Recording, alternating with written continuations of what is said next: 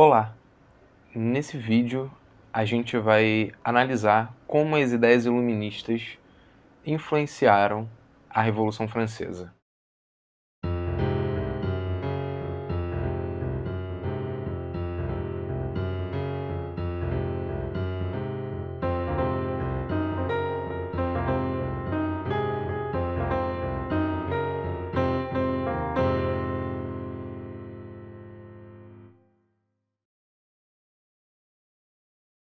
É bastante comum a gente afirmar que as ideias iluministas elas tiveram um peso, uma importância grande durante o processo revolucionário francês. Vários elementos revolucionários na França contaram com diversificados aspectos das ideias iluministas.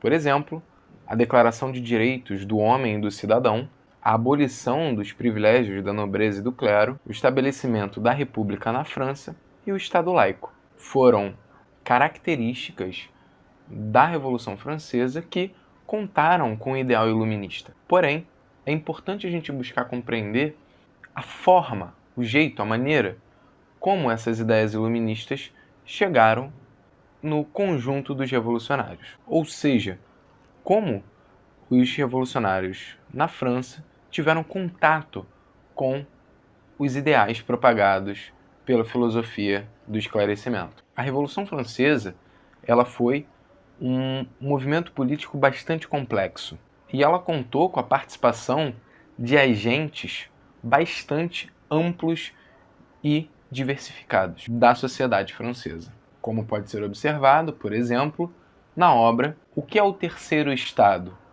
escrita pelo abade Emmanuel Joseph Sieyès.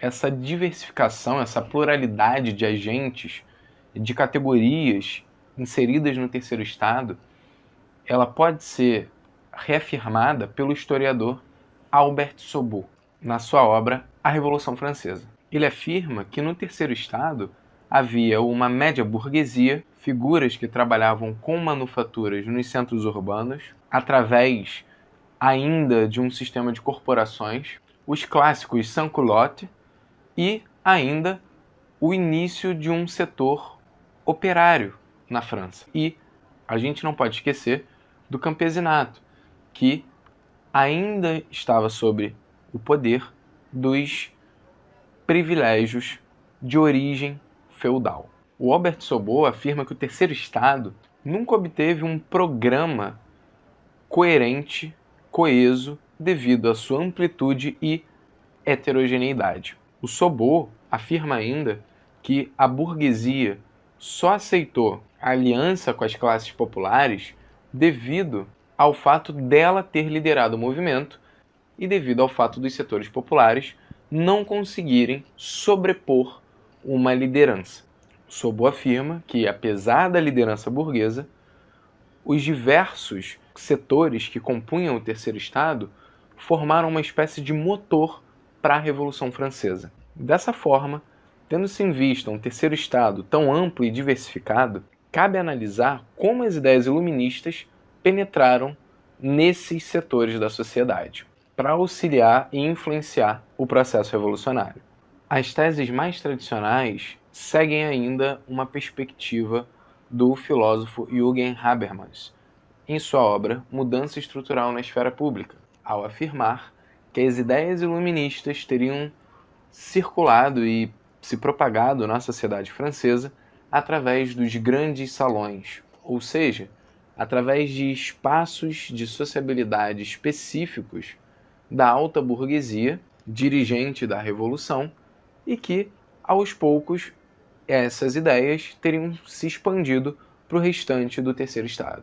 Contudo, essa perspectiva não dá conta de compreender como, de fato, essas ideias iluministas tenham chegado em setores tão díspares que formavam o Terceiro Estado, como, por exemplo, os setores menos aburguesados da sociedade, como os sans-culottes, ou ainda o campesinato. E aí que o historiador Robert Darnton, em sua obra Boemia Literária e Revolução, o submundo das letras no Antigo Regime, afirmou existir uma subliteratura na sociedade francesa, ou ainda uma literatura que ele chama de underground, que existia e circulava abaixo das esferas sociais que habitavam os salões e faziam uso da literatura dos salões. O Darnton afirma que esses subliteratos possuíam uma profunda estratificação social, que muitos, inclusive, tangenciavam essa alta literatura dos salões, no esquema do Habermas. O Darnton afirma ainda que os subliteratos produziam uma variedade grande de materiais, que circulavam bastante durante o século XVIII. Eram enciclopédias, dicionários, compêndios e antologias. Os escritores de panfleto, por exemplo, aproveitavam os tempos de crise para escrever os seus posicionamentos políticos.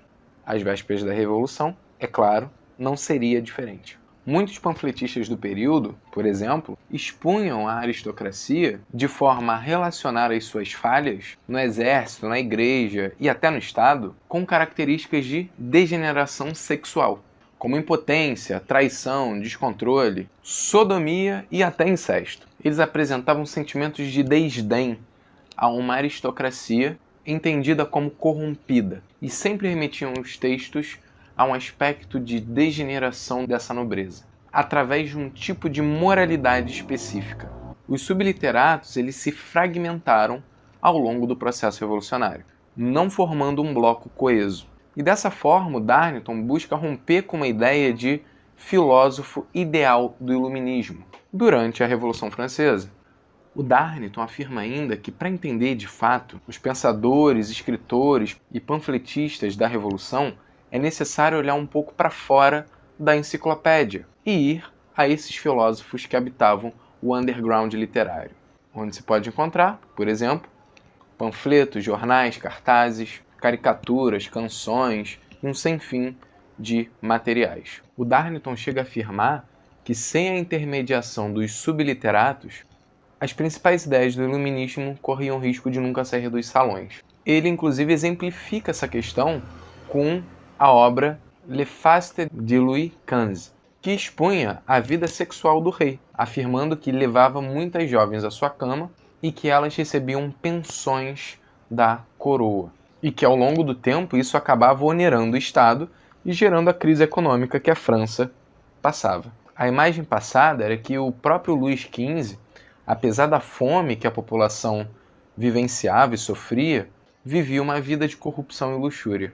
Apesar das obscenidades, os panfletos, os cartazes que existiam no período demonstravam um forte teor político de crítica aos governantes, e que esses escritos acabavam desmoralizando a monarquia na visão dos vassalos. O Darnton, então, chega à conclusão de que não se pode fazer generalizações da cultura literária do século XVIII na França, existindo diversos públicos leitores e produtores de cultura escrita. Esses materiais tinham forte efeito sobre a opinião pública. As forças policiais, por exemplo, as levavam bem a sério. A própria monarquia chegou a contratar panfletistas para escrever a seu favor, tentando manipular esses rumores, que poderiam inclusive levar a tumultos. Existiam, dessa forma, diversos materiais escritos sobre a vida privada das figuras da corte, em especial de Luís XV, relatando uma espécie de decadência na corte. Havia inclusive rumores sobre relações extraconjugais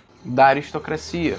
O próprio Luís XVI chega a ser visto como um rei impotente, havendo inclusive vários materiais escritos falando sobre uma linhagem popular da monarquia, onde o herdeiro do trono pertenceria ao terceiro estado. O Darnton ele conclui que esses materiais escritos eram moralistas, porque condenavam a luxúria da corte em relação ao terceiro estado. E assim, a contracultura do antigo regime contribuiu para virar o mundo político da França do século XVIII de cabeça para baixo. Demanda dos filósofos do iluminismo. Obrigado por ter assistido o vídeo até aqui. Eu sou Rodrigo Franco, doutor em História Social pelo programa de pós-graduação em História Social da Universidade Federal do Rio de Janeiro. Curta o vídeo, se inscreva no canal, ative o sininho e comente sugestões, dúvidas, vídeos que você gostaria de assistir aqui no canal. Aqui embaixo também vão estar alguns links sobre artigos que eu produzi e livros que eu publiquei.